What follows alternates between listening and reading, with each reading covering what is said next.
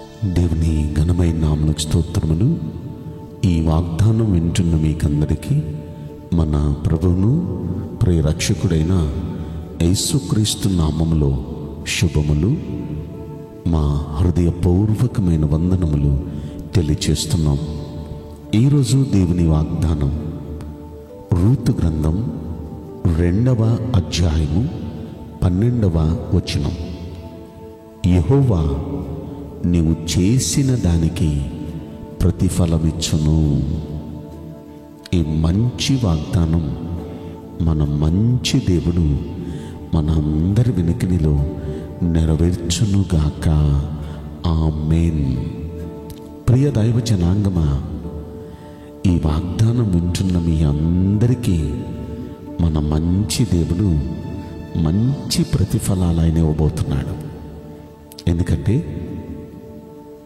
మనం చేసిన సత్కార్యాలు, మనం చేసిన మంచి కార్యాలు చూచిన దేవుడు ఆయన తప్పక మంచి ప్రతిఫలం మనకిస్తాడు. ఒకవేళ మంచి చేసి, చాలాసార్లు మీరు అనుకోవచ్చు, మంచి చేస్తే చెడు ఎదురొస్తుంది ఏంటండి, మంచి చేస్తేనే మోసం చేస్తున్నారేంటండి, పెట్టిన చేతినే కొరుకుతున్నారేంటండి, నమ్మి వీళ్ళకు మంచి చేస్తే వీళ్ళ ద్వారానే మోసపోతున్నాను. ఇలా ఒకవేళ మీకు కొన్ని గాయాలు తగలొచ్చు, కొన్నిసార్లు కొన్ని ఇబ్బందులు మీరు పడవచ్చు. ఒకవేళ మనం చేసిన మంచికి మనుషుల దగ్గర నుండి మనకి చెడు ప్రతిఫలంగా రావచ్చు. డోంట్ కేర్, దేనికి బాధపడొద్దు. మనం ఎందుకు మంచి చేసామంటే మన మంచి దేవుని కళ్ళల్లో మనం పడాలని. ఇక్కడ మనం చేసే ప్రతి మంచిని, ప్రతి సత్కార్యాన్ని మన మంచి దేవుడు చూస్తున్నాడండి. ప్రతిఫలం ఆయన దగ్గర నుండి వస్తుంది, మనుషుల దగ్గర నుండి ఎక్స్పెక్ట్ చేయొద్దు ప్రతిఫలం. మనం చేసిన ప్రతి మంచికి మంచి ప్రతిఫలం దేవుడి దగ్గర నుండి వస్తుంది.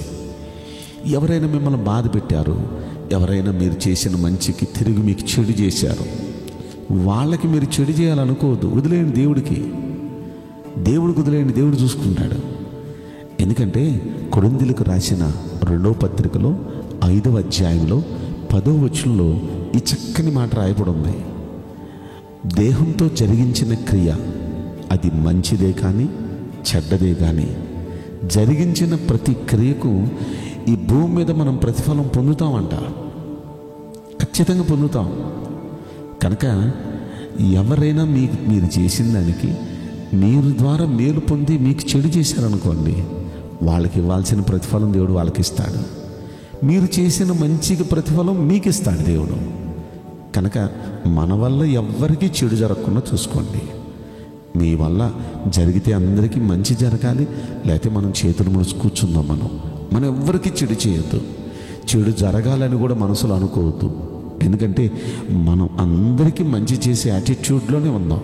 మంచి చేద్దాం, మంచి ఆలోచిద్దాం, మంచే జరిగిద్ది మనకి.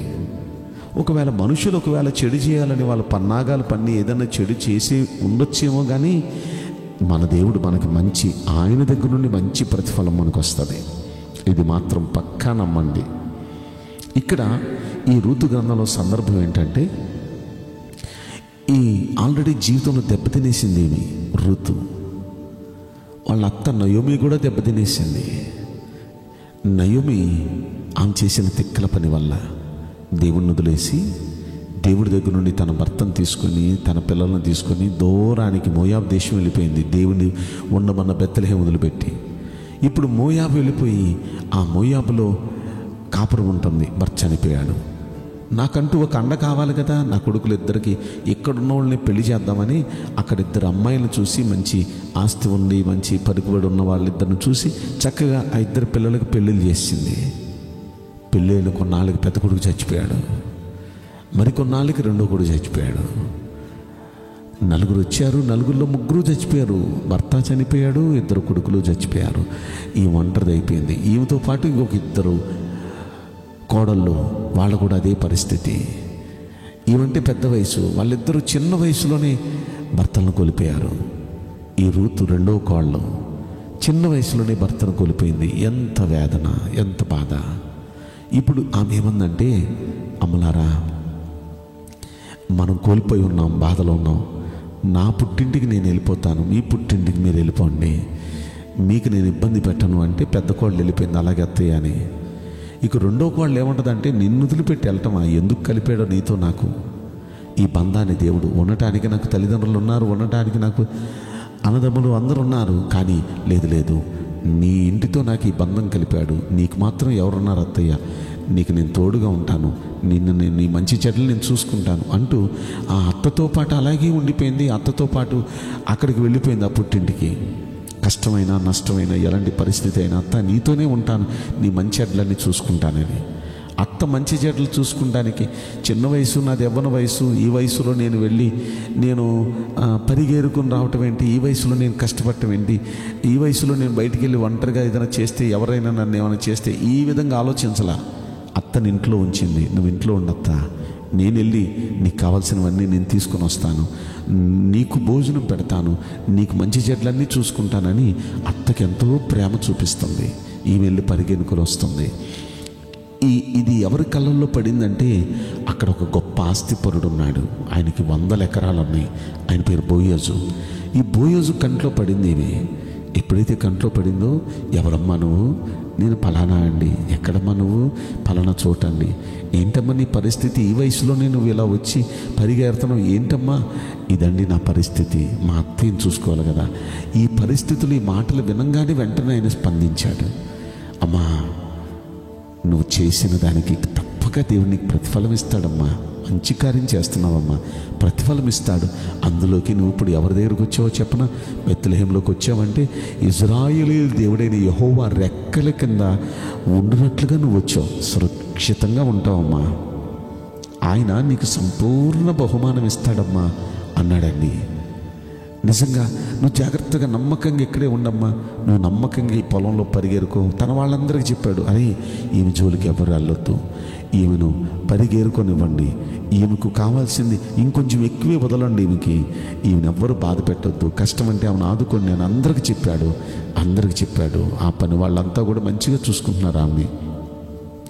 ఒకానొక రోజున ఆమె ప్రవర్తనను గమనించి ఆమె గురించి ఎప్పుడు మంచి చెడ్డలు తెలుసుకుంటూ ఉన్నాడు. అన్నీ తెలుసుకుంటున్న ఒక రోజున ఈ 3వ అధ్యాయంలో 10వ వచనంలో ఆమెతో ఒక మాట అంటాడు, కుమారి, నువ్వు యెహోవా చేత దీవెన పొందిన దానివమ్మా, కొద్దివారే కానీ గొప్పవారే కానీ యవనస్తులను వెంబడించక నీ పవిత్రతను కాపాడుకుంటూ ఎంతో నిష్ఠగా శ్రద్ధగా భక్తి చేసావమ్మా. నీ మునుపటి సత్ప్రవర్తన కంటే ఇప్పుడు నీ సత్ప్రవర్తన మరి ఎక్కువైందమ్మా, ఇంతకు ముందు కన్నా ఎక్కువ మంచిదాని అయిపోయావమ్మా.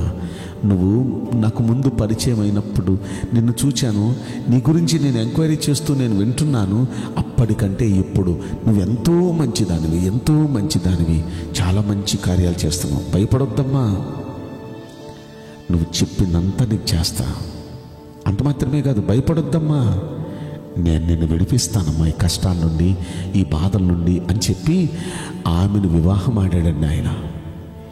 ఆమెను వివాహం ఆడాడు. ఎంత అదృష్టవంతురాలి ఆమె.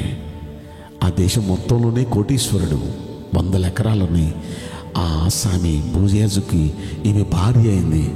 ఎంత ఆస్తికి కర్త అయిందో చూడండి. ఆస్తి కలిసి రావడమే కాదు, ఆమె అదృష్టం ఎలా కలిసి వచ్చిందంటే, ఆమె కడుపున ఒబేదు అనే ఒక వ్యక్తి పుట్టాడు. ఆ ఒబేదుకు ఎవరు పుట్టారో చెప్పన? యెషై పుట్టాడు.